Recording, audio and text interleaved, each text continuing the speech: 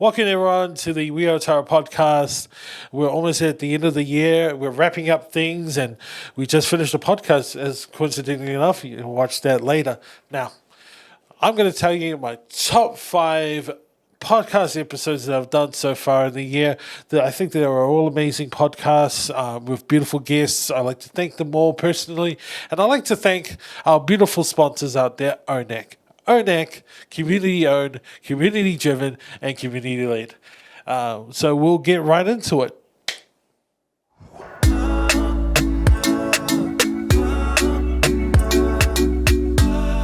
This podcast is proudly supported by the Ōtara Network Action Committee, ONAC, community-owned, community-driven, and community-led. So at number 5, we have Ruben Wiki. I had an amazing episode with him about a lot of things about him growing up as a teenager working at the steel mill and going through his life through League, and now he is a mentor in WikiWorks. So the clip that I'm about to show you is important to me because I love to talk about mental well-being and mental health. So here's a clip of us talking about that as we go through that process. Enjoy this number 5 clip. During the first year to second year, I was at home doing a lot of work, and for the time being, I was thinking to myself, well, it's nice to being at home because then you get to talk to mum and whatnot, but it does take a toll on your mind because negative, like you mentioned, negativity does get to you, and then the whole mental health thing gets into it. And so I got to the point where I just felt myself burned out. Yep. And I bet you a lot of our people who are at that time, at that stage, were feeling a lot of burnout because they wanted to do something that would not only help themselves but help their families in that situation. Yeah, it's tough. And like I was just talking before to Will about creating a safe space for men to speak up. So my cousin and I, my cousin owns a barbershop just in Botany there, and just over a haircut, we just started chatting, and I said, how about we create a space, and bring men together to unleash whatever's on their mind. So we're 16 weeks deep, every Tuesday at 7:30 on 2 Hayman Street. So doors are open to anybody that want to come in. We're not professionals. We just have life lessons, and we're not going to solve all the problems, but we have about 20 plus men come in and just share what they want to share. You don't have to speak; you can just listen. There's all different topics that pop up, and it's pretty surreal. Then we have a cry, we have a laugh. It just helps them get through the week, because as men we have to provide for our house, so there's a lot of stress, there's a lot of tension on being the man of the house, so, and I think in some other situation the woman is the number one breeder in the house. So how does that feel to a man, right? So yeah, we just try and help solve those problems and just have somewhere for them to express without being judged, and hug it out and have a feed and maybe a few lazy kava lattes, But it just helps them get through the week, and then any more problems pop up, we speak about the next week. Yeah. At number 4, we have Naomi Henry Taripo. She's my best friend. We've worked together at the MIT Student Council. She was the president at the time of my last run, and I was the vice president. And overall, just, again, I think of her as my best friend. I think of her as family. And on this clip, we discuss about the first time we met. So that was around 2017, and we discussed a little bit further on how we interacted with each other in terms of our first time meeting each other. I hope you enjoy this number 4 clip. Just come to think how far it's gone through in terms of everything else. Just coming back to like when you mentioned that you're a forward thinker. I met you in around 2017 to 18.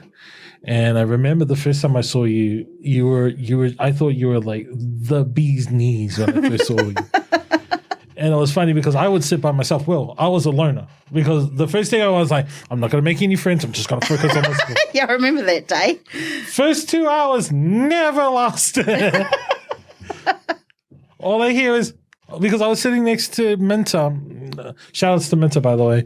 I was sitting next to Minta and Vincent. And then we went into class. And I felt our first class was, it was with Alice. Oh, bless her.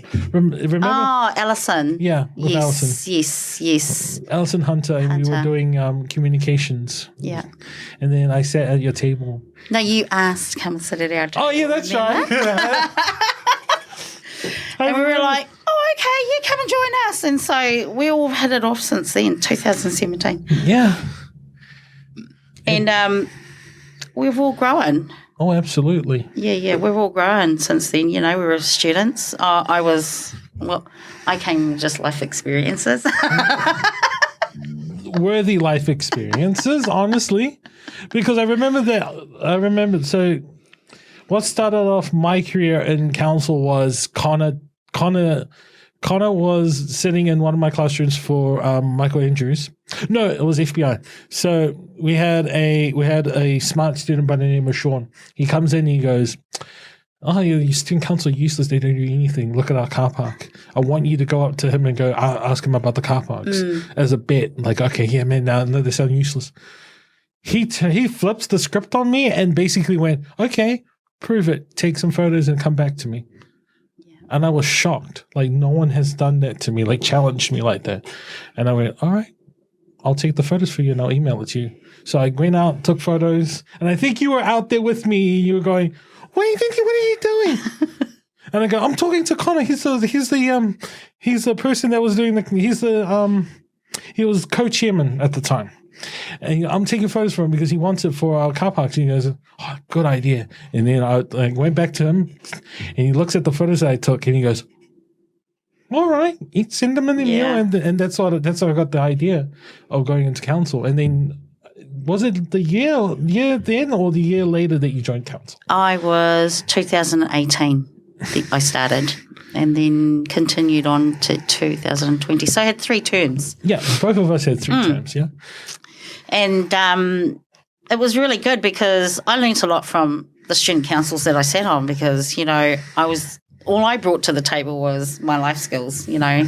And what I experienced as being part of the student council was, wow, none of them have got life skills. I'll be the first. I didn't have anything. Honest viewers, I didn't have any life skills. But when you had someone like yourself who was willing to go, this happened to me, I want you to learn from it. It was beautiful because you learned everything from what you were saying. And not only us general members learned from it, but our higher ups too. Yeah. I wonder. And at number 3, it is Rob Perlini, the Harvard Kelston Boys graduate who's, you know, he's an extraordinaire, also a part-time lawyer if you want to hire him. Not really, no. But he's an amazing person who has beautiful dreams and inspiration for us here in Ōtara. In this clip, he talks about the multiple possibilities that are out there for us Ōtarians to grow and what we can do to make it possible. There's a lot of good people out there, and there's a lot of good people here. And I'm just glad to be a part of it, especially out here in Ōtara. It's just amazing. You know, it's an amazing, even though I've grown out West Auckland, Ōtara, they've got an amazing collaboration of people here. It's just, there's so much to do and very little resources, but we make it work. And so, you know, technology can be the turnkey for us where, if I'm to look at another big project we're looking for as in part of STEM focus, we're doing what we call a rocket space program, working with aerospace education to deliver a hands-on approach for STEM, because I think that is the only way I believe that we can learn like our ancestors, right? We do, and we do it hands-on. So we're looking at some putting that together in 2 camps, one in Pukekohe with Ray's team and one out here in Accelerating Aotearoa. We were going to build spacefaring rockets. And this group has done that before. It's in the schools and part of the schools, but I wanted to bring it into our Pacific community because I told them this is how we'll learn. This is how we'll learn STEM. We'll learn how to fly a rocket. We'll learn how to build motherboards or circuit boards. We've got tutors to help us do that, and we'll launch a rocket from junior, intermediate, and senior. That's how we're going to learn our STEM, and let space be our goal. Let space be the place we're going to go to next. We've already travelled the seas. Let's travel space, and I think we're the best to do it. Us Pacific, yeah. You think about greats. You think about the United States. You think of Neil Armstrong. You think about Buzz Aldrin. I would like to see the very first Pacific Islander who sends a rocket out to space, and not only that, our first astronaut that goes to space. And be a part of the amazing team of the International Space. The base up in space, among the other, scientists, and then watch them glow out there and you'll be like, yeah, I'm from New Zealand. I'm a Pacific Islander. Hell yeah, I can do whatever I need to do. Yep, we call ourselves polynauts. Yeah. Here at number 2, it is Bronwyn Hetaraka. My bestie, I call her my bestie now because, after the episode, I was able to learn something, how to pronounce Ōtara. So, it's important to know about the place that you were born in. So I had to learn how to say that. We had an amazing episode. We were talking about her, her upbringing from Kaitaia, Karatai. Is that right, Will? Or am I getting Karatai? Thank you. I hope you don't come after me. But again, another beautiful episode. And funny enough, the clip is about me trying to pronounce Ōtara. So I hope you enjoy clip number 2. One more question.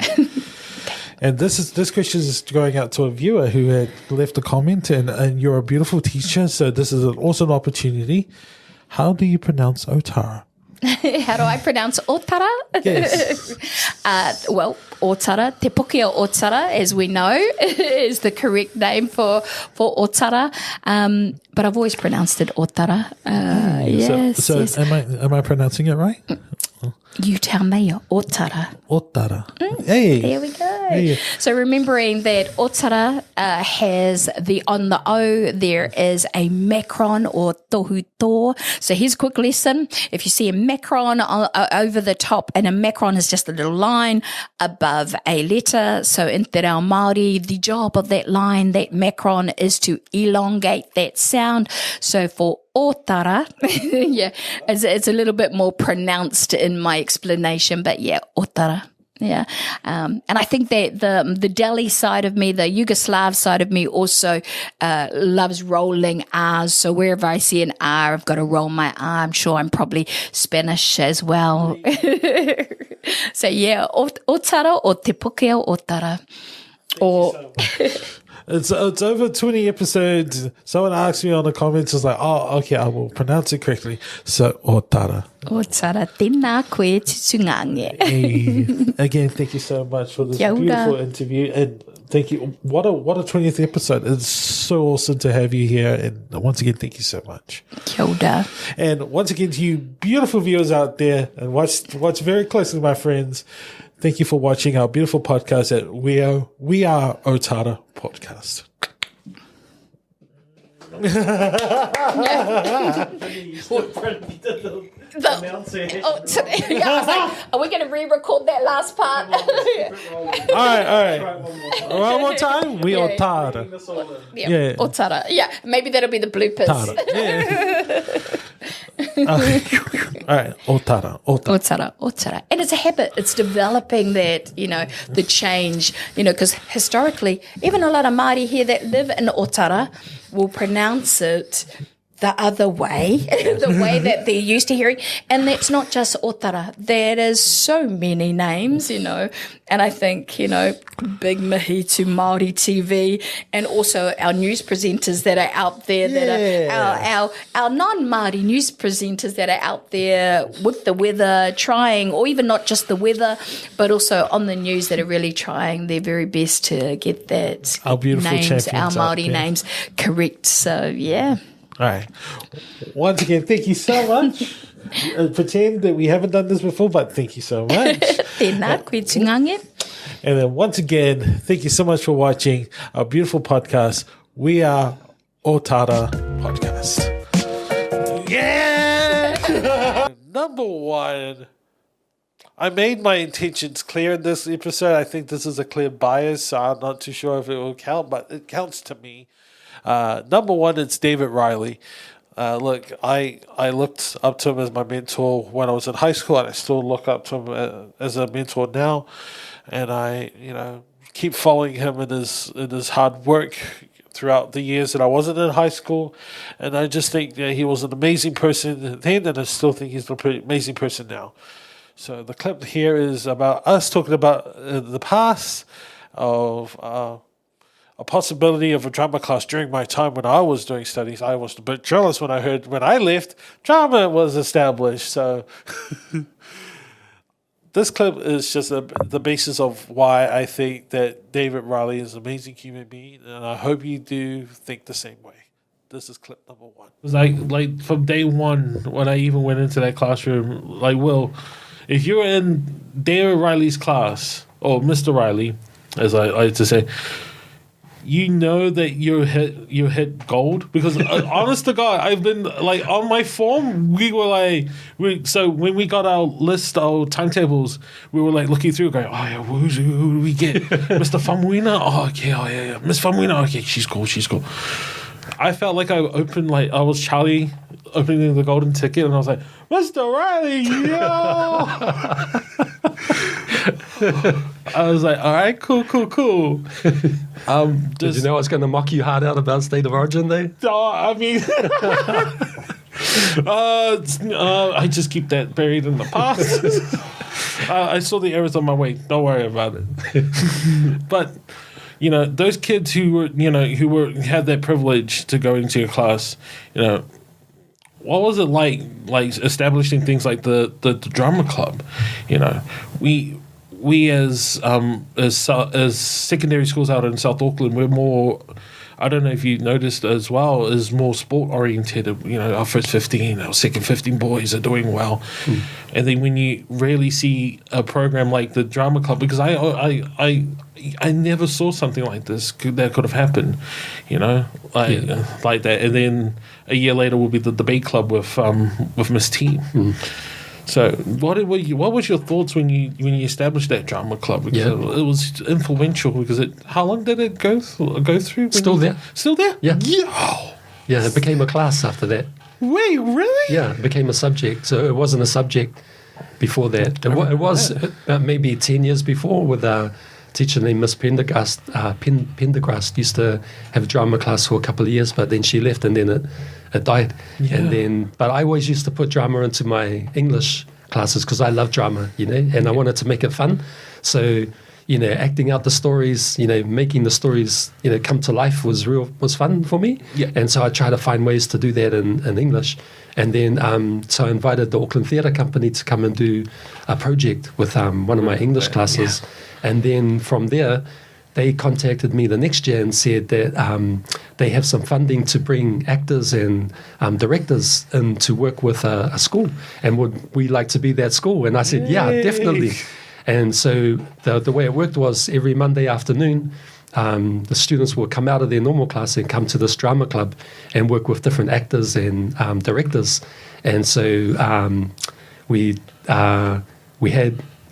had like kind of like not really auditions, but just they had to come see me, say why they want to come, and that's how all the stories, But now I know it was get out of maths or whatever. But anyway, all good. But so we did that drama club, and then I saw, man, our students really loved this, and I knew they would, So then I asked our principal, can I start drama, as an actual subject in our school? because, look, this drama club was really good. And she said, yeah. And I was like, okay, cool. So I was the teacher. I had no clue what I was doing because I had no training in drama at all. And, so the first year that I started the drama class, we had a year 12 and a year 13 class. And I had no clue what I was doing. I was lost, man. It was like being a beginning teacher all over again. But slowly built it, and then we added the year 11 class. And then that's what I ended up leaving English and moving into the drama and working with drama students. And to be honest, I didn't teach any of them much at all in terms of drama. But what I did do was I connected us. So I made connections with Black Grace and Red Leap Theatre Company and Massive Theatre Company. And so I will get those guys to come and do projects with my students, so they'll get taught by professionals, and me on the side I'll be taking notes, learning from the professionals how to teach drama. So it was really fun and a really great way for me to learn how to do it as well. And it's a beautiful subject, man. I wish I was there when you were there, because I know you would have smashed it. That is it. This is a wrap up for the We Are Ōtara podcast. I like to officially call this season 1.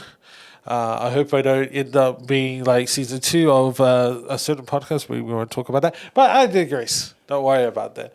I'd like to thank all of our beautiful viewers out there who are watching this, our beautiful supporters out there, ONAC for providing us the sponsorship that we need to tell these important stories. Accelerating Aotearoa, that's Judy, Tony, Heather, Jana, as well as Twiney and Pragna. Wow, there's a lot of people in our team. I know I'm not forgetting anyone. I'll think about it.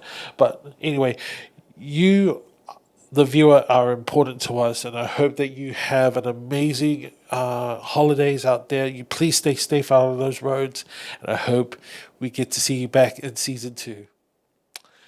We Are Ōtara podcast. Oh wait, and Will!